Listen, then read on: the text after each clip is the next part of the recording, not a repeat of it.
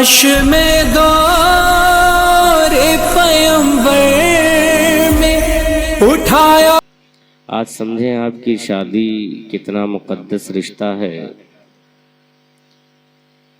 ماں باپ کا رشتہ انتہائی مقدس ہے، محترم ہے، مگر اگر میں آپ سے پوچھوں کہ دنیا کے اندر یا کائنات میں سب سے پہلے رشتہ کون سا وجود میں آیا، ماں باپ کا رشتہ، تو آپ یقیناً کہیں گے کہ دنیا کے اندر ماں باپ کا رشتہ دنیا میں وجود میں آیا اور میاں بیوی کا رشتہ جنت کے اندر وجود میں آیا۔ آدم علیہ السلام جنت کے اندر رہے، ایک طویل زمانے تک جنت میں رہے۔ اس کے بعد اللہ کی بارگاہ میں عرض کیا، مولا کب تک میں اکیلا رہوں گا؟ اے میرے پروردگار، تیری جنت بڑی خوبصورت ہے، مبارک ہو، مگر اے اللہ میں ان سنہری جالیوں سے بات تو نہیں کر سکتا ہوں۔ تیری جنت بڑی حسین ہے، خوبصورت ہے، مگر مولا میں تنہا زندگی نہیں گزار سکتا ہوں۔ آپ ذرا سوچیں کہ ہم سب کے باپ آدم علیہ السلام کو جنت میں عورت کی ضرورت پڑ گئی، آج اس رشتے کو داغدار بنا دیا گیا، ورنہ یہ رشتہ اتنا مقدس تھا۔ قرآن نے بھی یہی کہا کہ ہم نے میاں اور بیوی کا رشتہ اس لیے رکھا لِتَسْكُنُوا إِلَيْهَا، تاکہ تم مکمل سکون حاصل کر سکو۔ میں سمجھتا ہوں کہ آج شادی کے بعد سکون اکثر لوگوں کا چھن جاتا ہے۔ شادی سے پہلے بڑے عیش کی زندگی ہوتی ہے، شادی کے بعد وہ رشتہ اتنا نازک ہے کہ اگر تھوڑی سے انبن ہوئی تو میاں بیوی تو لڑیں گے، بلکہ پورے خاندان کی زندگی اسی میں لڑتے لڑتے بیکار ہو جاتی ہے۔ اس کی وجہ یہی ہے کہ ہم نے اس رشتے کو سمجھا نہیں۔ رشتہ یہ ایسا رشتہ ہے، اتنا محترم، اتنا پاکیزہ کہ اللہ کے نبی صلی اللہ علیہ وسلم نے فرمایا کہ شادی آدھا ایمان ہے۔ اب آپ سوچیں کہ آقا کریم صلی اللہ علیہ وسلم نے شادی کو آدھا ایمان قرار دیا، اس کا مطلب شادی کرنے کے بعد انسان اپنا ایمان مکمل کر لیتا ہے، پھر اس سے ایک توالد و تناسل کا سلسلہ چلتا ہے، ان کی اولادیں ہوتی ہیں، پھر یہ نسل در نسل یہ سلسلہ چلتا رہتا ہے۔ ہر عبادت کا ثواب اسی وقت تک ہے، نماز پڑھ رہے ہیں اسی وقت تک اس کا ثواب ملے گا جب تک آپ پڑھ رہے ہیں، روزہ رکھ رہے ہیں اس کا ثواب بھی اسی وقت تک ہے جب تک آپ روزہ رکھ رہے ہیں، حج کر رہے ہیں اس کا ثواب بھی اسی وقت تک ہے۔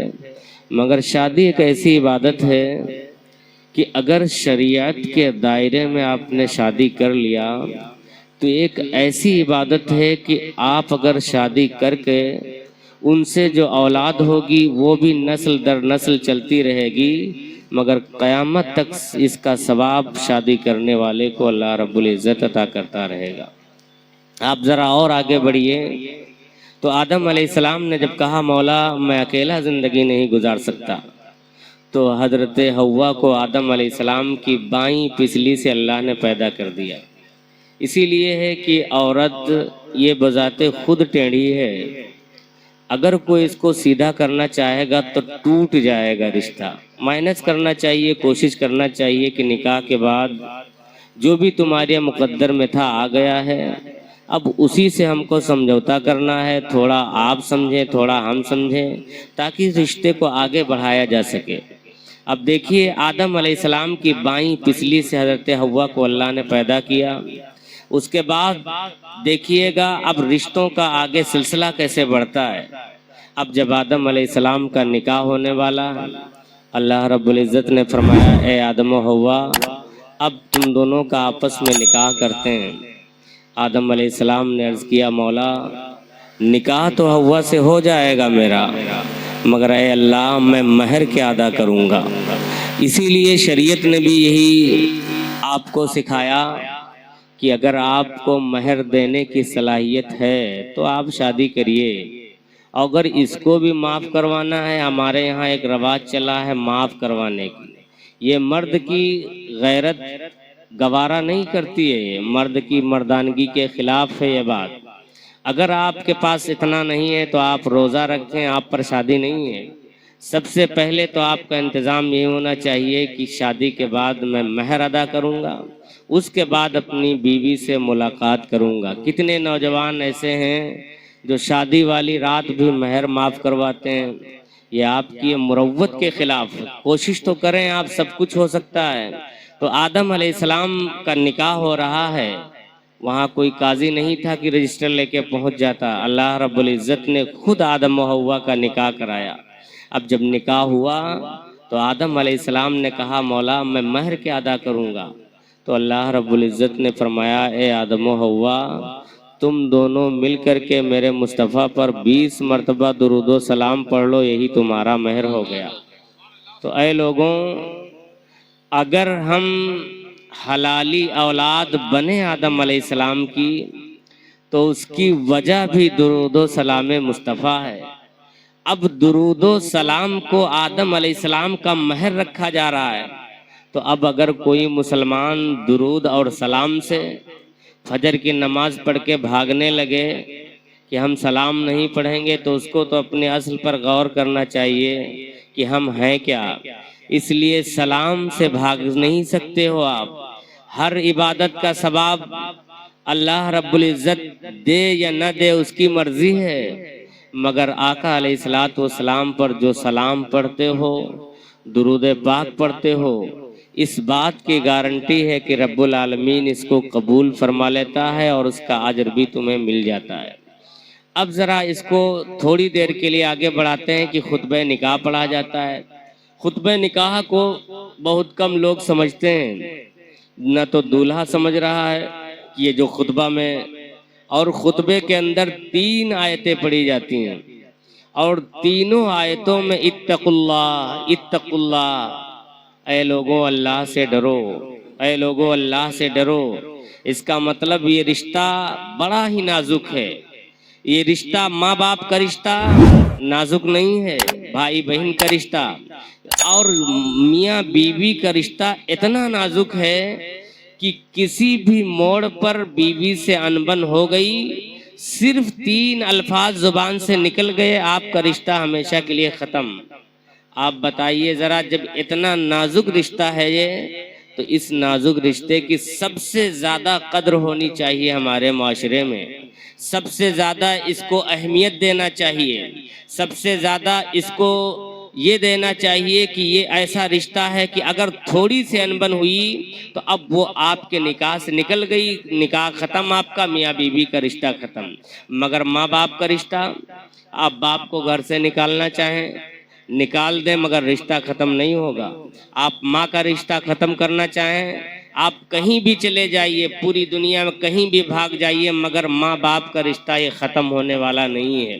اب آپ کو بتاؤں، ایک بات آ گئی ہے، اللہ کے رسول صلی اللہ علیہ وسلم کے ایک صحابی، تو اب انہوں نے کیا کیا، آ کر کے بارگاہ رسالت میں شکایت کر دی، کہا یا رسول اللہ میرا باپ مجھ سے پوچھے بغیر میرا مال خرچ کر لیتا ہے۔ تو آقا علیہ الصلوۃ والسلام نے جب یہ بات سنی تو کہا جاؤ ان کے باپ کو بلاؤ۔ اب جب باپ کو ایک قاصد بلانے کے لیے گیا، وہ بوڑھا آدمی تھا، جب وہ گیا کہنے لگا یار آپ چلو، آپ کو رسول کائنات صلی اللہ علیہ وسلم نے طلب کیا ہے۔ وہ بوڑھا آدمی چلا، مگر انہوں نے پوچھا کہ کس لیے بلایا ہے میرے آقا صلی اللہ علیہ وسلم نے؟ تو کہا تمہارے بیٹے نے شکایت کر دیا ہے کہ میرا باپ مجھ سے پوچھے بغیر میرا مال اور پیسہ خرچ کر لیتا ہے۔ وہ بوڑھا آدمی جب یہ سنتا ہے تو ٹوٹ گیا، یعنی ایک دم ٹوٹ گیا دل سے، اور ٹوٹے ہوئے دل کے ساتھ اس نے کچھ اشعار عربی میں کہے، جس کا مفہوم میں بتاؤں۔ اس کا مفہوم یہ ہے، اس نے کہا اے میرے بیٹے، جب سے تو پیدا ہوا ہے میں نے اپنے لیے جینا چھوڑ دیا ہے۔ یہ ہر ماں باپ کی کیفیت ہوتی ہے، چاہے غریب ہوں مالدار ہوں۔ جس دن سے بیٹا پیدا ہوتا ہے ماں باپ اپنی خواہشات کو دفن کر دیتے ہیں. عید آتی ہے تو کہتے ہیں ہم دونوں وہی کپڑا پہن لیں گے مگر بچے کے لیے ذرا چلیں نیا لباس لے کر کے آئیں. اب جب وہ صحابی طلب کیے گئے ادھر اللہ نے سن لیا. وہ بوڑھے صحابی اشعار پڑھ رہے تھے کہ اے میرے بیٹے جب سے تو پیدا ہوا ہے میں نے اپنے لیے جینا چھوڑ دیا. تجھے دھوپ میں دیکھتا تھا تو میری چمڑی جلتی تھی, تجھے جب ٹھنڈک میں دیکھتا تھا تو تکلیف مجھے ہوتی تھی. اپنے لیے جوتوں کا انتظام نہیں کیا بیٹے, تیرے لیے میں نے انتظام کیا. آج تم نے رسول اللہ سے شکایت کر دیا. اب جیسے ہی انہوں نے اشعار پڑھے ادھر اللہ نے سن لیا. کہا جبرائیل جلدی سے جاؤ میرے محبوب کی بارگاہ میں اور یہ کہنا کہ یا رسول اللہ وہ بوڑھے صحابی جب آپ کی بارگاہ میں آئیں تو آپ ان سے فرمائش کریے گا کہ وہ اشعار سنائے جو انہوں نے دل ہی دل میں کہا. حالانکہ دل کی بات رب کے سوا کسی کو نہیں معلوم مگر اللہ تو ما فی الصدور کا علم رکھتا ہے, دلوں کا حال بھی جانتا ہے, حرکت بھی رب کو معلوم. اب جیسے وہ صحابی بارگاہ رسالت میں آئے تو انہوں نے اللہ کے رسول نے فرمایا کہ وہ اشعار سنائیے ذرا. کہا یا رسول اللہ میں نے دل میں کہے ہیں زبان سے نہیں کہے. کہا تمہارے رب نے سن لیا ہے اور تمہارے رب کا حکم ہے کہ آپ ان سے شعر سنیے, تو اب ذرا وہ اشعار تو سنا دیجئے.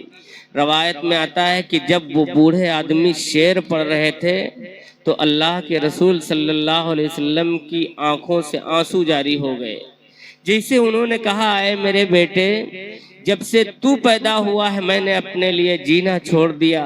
اتنا سننا تھا اللہ کے رسول صلی اللہ علیہ وسلم کی آنکھ سے آنسو بہنے لگے اور اس کے بعد اس کو ڈانٹا. کہا تو اپنے باپ کی شکایت کرتا ہے, انتا و مالک لی ابیکا, تم اور تمہاری ساری جائیداد تمہارے باپ کی ملکیت ہے. تو لوگوں بتانا یہ چاہتا ہوں اس میں کچھ شادی شدہ ہیں کچھ تو غیر شادی شدہ ہیں. شادی ہونے کے بعد ایسا نہ ہو کہ یہ جو ماں باپ کا رشتہ ہے یہ آپ سے چھوٹ جائے, بہن بھائی کا رشتہ یہ چھوٹ جائے.